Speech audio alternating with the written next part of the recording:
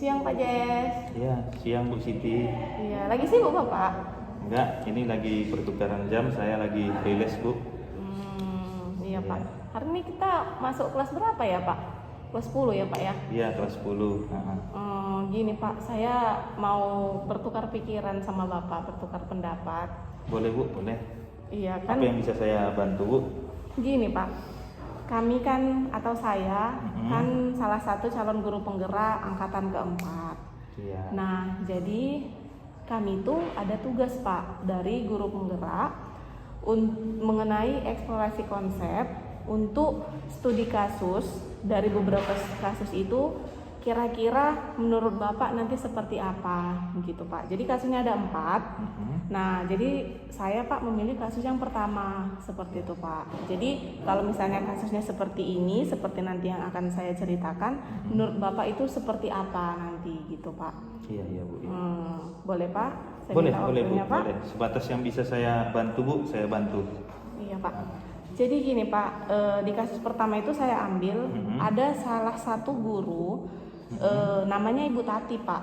Ibu Tati ini adalah seorang guru kelas 5 yang merupakan rekan kerja Bapak misalnya, gitu kan Pak. Nah, yang sama-sama mengajar kelas 5 yang kelasnya paralel atau bersampingan ya kan Pak ya, Oh iya Bu. dengan kelas Bapak seperti itu. Nah, jadi ruangan kelas Ibu Tati pun persis gitu di sebelah ruangan Bapak mengajar. Iya. Ibu Tati terkenal sangat disiplin dan cenderung galak Pak. Oh, Bu Tatinya galak. Iya Pak, seperti itu. Jadi di sisi lain, Ibu Tati juga seorang yang pekerja keras dan murid-muridnya pun selalu mendapatkan nilai yang sangat baik Pak.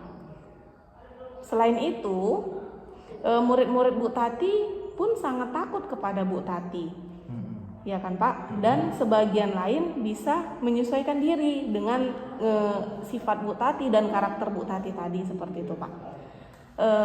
Selain itu, kepala sekolah Bapak dan orang tua murid juga sangat menghargai Ibu Tati tersebut, gitu. Jadi suatu hari Bapak mendengar tangisan seorang murid dan pergi keluar untuk melihat asal suara tangisan tersebut.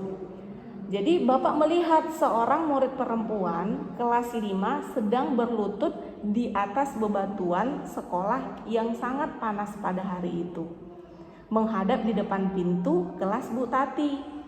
Bapak melihat Ibu Tati tampak tidak menghiraukan suara tangisan muridnya. Dan Bu Tati tetap mengajar seperti biasa Pak, tanpa menghiraukan tangisan anak tersebut gitu Pak.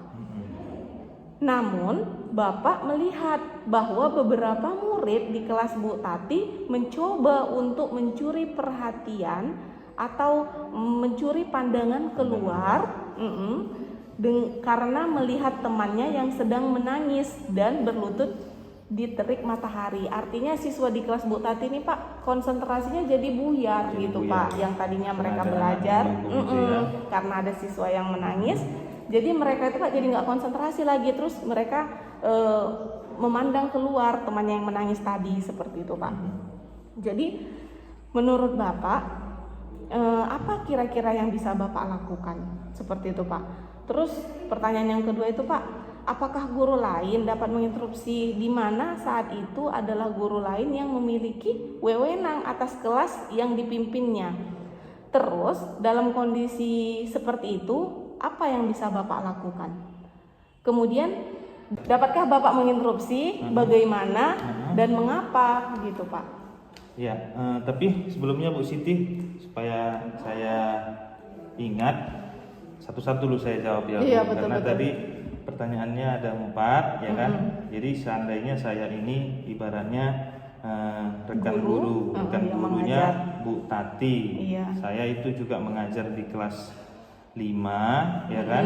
Kebetulan kelasnya paralel, artinya mungkin ini 5A, 5B, 5C atau 51, 52, 53 seperti itu biasanya Bu ya. Iya Pak. Jadi kebetulan di samping kelasnya Bu Tati, saya mengajar seperti itu posisinya ya kan Bu.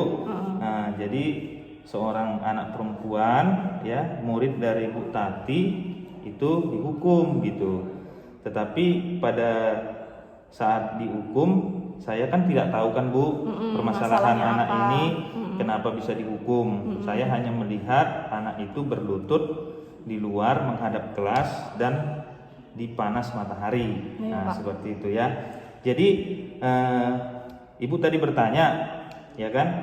Apa kira-kira yang harus saya lakukan seperti itu? Jadi apabila saya di posisinya rekan kerjanya Bu Tati, ya, yang saya harus lakukan pertama kali adalah bertanya pada anak perempuan yang menangis, ya kan? Saya akan bertanya, ya, dengan nada yang rendah, ya, supaya anak tersebut tidak takut, gitu. Tentang mengapa dia sampai dihukum di luar kelas, seperti itu. Jadi anak tersebut saya hampiri, ya kan Bu kan? Saya tanyakan dengan nada yang rendah supaya dia tidak takut, ya. Nah, sudah saya tanyakan mengapa dia dihukum di luar kelas. Jadi saya harus memilah-milah dulu gitu. Nah, jika misalnya ia melakukan hal yang buruk yang memang membuat dia pantas dihukum, ya, misalnya mencuri barang teman atau bertengkar sampai membuat teman terluka, ya, maka saya akan menasihati anak perempuan tersebut tentang perbuatannya, ya, dan menyetujui cara Ibu Tati menghukum muridnya, ya, begitu Bu ya. Jadi saya harus memilah-milah dulu sebenarnya kesalahan yang dilakukan si anak perempuan tadi, dia masuk kepada kesalahan yang berat atau sedang atau ringan, seperti itu. Selanjutnya, ya, sedangkan jika ia melakukan hal-hal yang memang seharusnya berlebihan untuk dihukum di luar kelas, seperti misalnya, ya, dia mengunyah permen atau melempar sebuah kertas di kelas, seperti itu. Jadi itu kan tergolong pelanggaran ringan Bu ya. Maka saya sebagai guru yang melihat kejadian ini, ya, saya berpikir untuk menginstruksi, ya, di kelas Ibu Tati, karena menghukum seorang anak perempuan itu dengan cara seperti itu sudah terlalu berlebihan Bu. Karena hal tersebut hanya dinasihati saja, mungkin anak tersebut sudah bisa untuk berubah seperti itu, tidak mengulanginya lagi, gitu dia. Jadi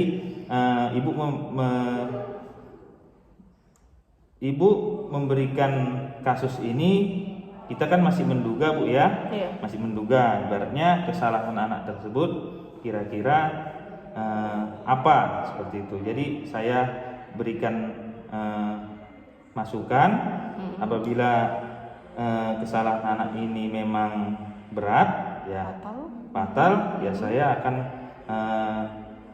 memberitahu kepada Ibu Tati, ya, bahwasanya menghukum muridnya itu, ya, dapat dilakukannya seperti itu. Tetapi jangan terlalu lama juga Bu kan, karena kalau sempat menghukum dengan seperti itu bisa nanti anak-anak bisa jadi pingsan, iya kan? Betul. Iya.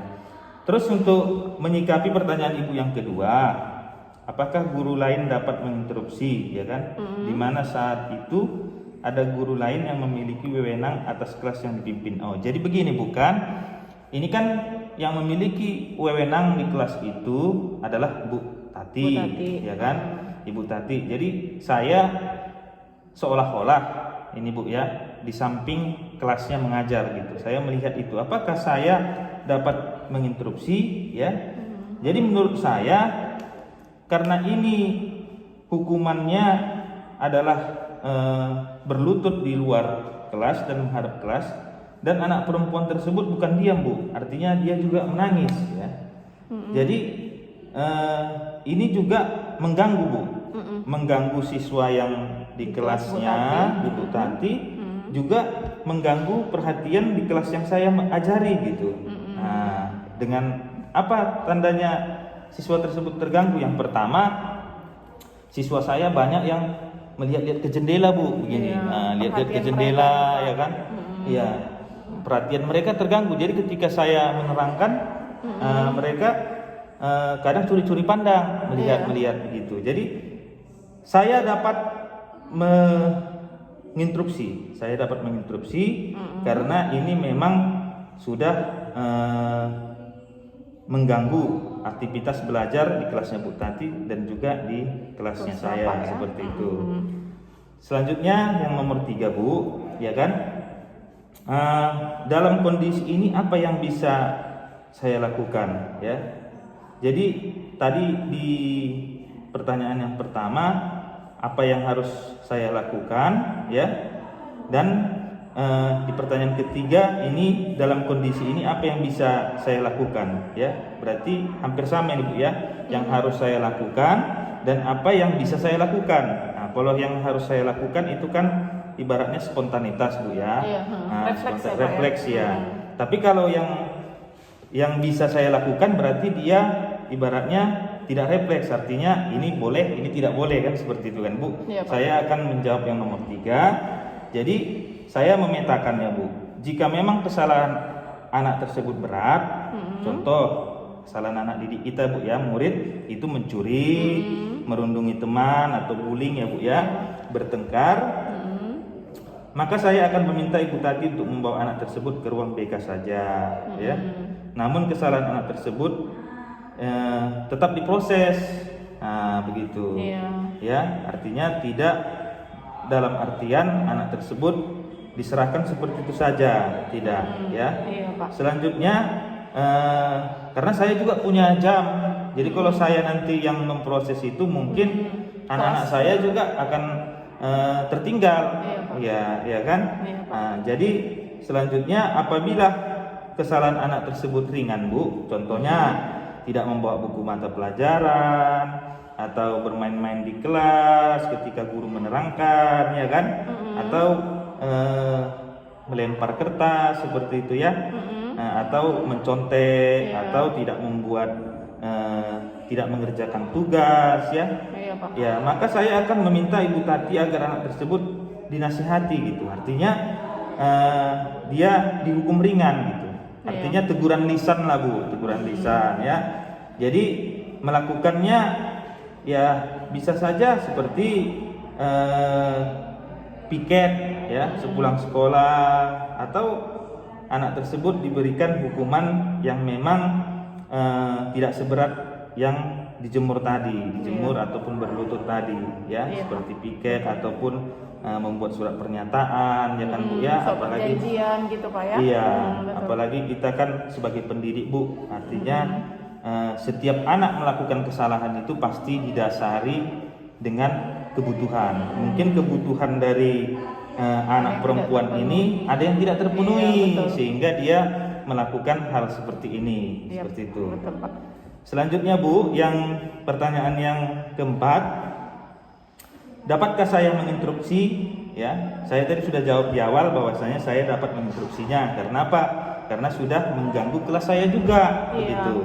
Jadi di sini pertanyaannya dipertegas lagi, ya kan Bu? Ibu mau menanyakan kembali untuk mempertegas kembali. Apakah saya dapat menginstruksi? Ya, saya bisa menginstruksi Bu, menginstruksi bisa, ya, kelas Bu Tati dengan alasan anak tersebut mengganggu, ya, mengganggu kelas lainnya gitu. Bisa saja bukan kelas saya saja, karena kan ini kan kelas kita ini kan Bu berdempet-dempet gitu kan, paralel ya, bukan terpisah, bukan jauh jaraknya gitu kan. Mungkin di kelas guru lain juga bisa terganggu, tapi terutama mungkin karena ini kelas kami yang sangat berdekatan, maka saya yang ikut lebih terganggu seperti itu dibandingkan kelas lain ya. Pak. Jadi saya menginstruksi. Kenapa saya menginstruksi? Karena memang kejadian ini ya sudah mengganggu kenyamanan belajar dari murid di kelas saya, dan begitu juga saya perhatikan di kelas Bu Tati, mereka pun tidak fokus, jadi terganggu dengan hal ini gitu. Perhatiannya banyak yang keluar seperti itu kan. Iya Pak. Jadi selanjutnya ya, sesudah saya menginstruksi ya, saya kan ditanya bagaimana ya kan. Tadi mengapa dan bagaimana, ya.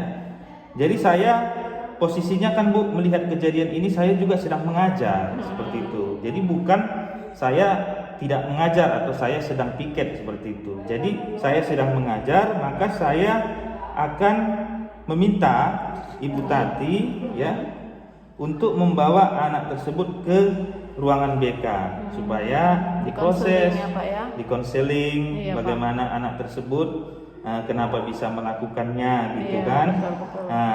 Dan apabila sudah selesai dikonseling, maka anak perempuan tersebut ya harus dikembalikan ke situasi awal seperti itu. Ke Jadi kelas. iya ke kelas supaya anak tersebut jangan merasa minder gitu Iya. kan.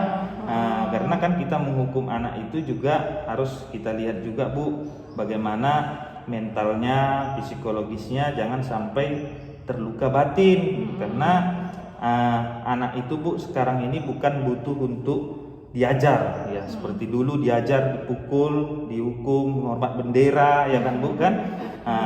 Betul, Jadi Pak. anak tersebut sekarang itu butuhnya dikasihani. Kita lihat apa kebutuhan dasar dia, apa kebutuhan dia, mengapa dia melakukan itu. Apabila itu dilakukannya dengan terpenuhinya kebutuhan dia, maka kita harus gantikan kebutuhan yang negatif tadi menjadi kebutuhan yang positif, seperti iya, Pak. itu. Selanjutnya ya, apabila anak tersebut sudah dikembalikan di situasi awalnya di kelas, ya kan, maka anak tersebut dapat mengikuti pembelajaran di kelas Bu Tati tanpa harus terbebani karena sudah diselesaikan. Ya mungkin Ibu tahulah, mungkin istilah-istilah sekarang itu mungkin di restitusi ya Bu ya. Iya. Ya oke Bu, mungkin itu yang bisa saya berikan ya, pemikiran saya untuk membantu Ibu ya untuk menjawab kasus dari Ibu Tati ini. Iya Pak. Semoga Ibu bisa menerima masukan saya ya. Mungkin apabila masukan saya kurang berkenan ya itu kembali kepada saya Bu. Iya Pak. Saya Pak berterima kasih Pak. Jadi semua pertanyaan saya sudah terjawab Pak dari jawaban Bapak tadi. Jadi Pak saya ucapkan terima kasih Pak karena Bapak Bu, sudah sama-sama. berkenan untuk bertukar pikiran dengan saya terkait kasus Bu Tati ini Pak. Iya Pak, makasih banyak ya Pak. Iya Bu, terima kasih. Saya pun ada kelas juga Pak fisika di kelas 10 TBSM Pak. Iya Bu, Pak. Saya pun izin juga Bu Iya, ya. Pak, Saya mari mau Pak. masuk. Makasih ya Pak. Iya sama-sama Bu.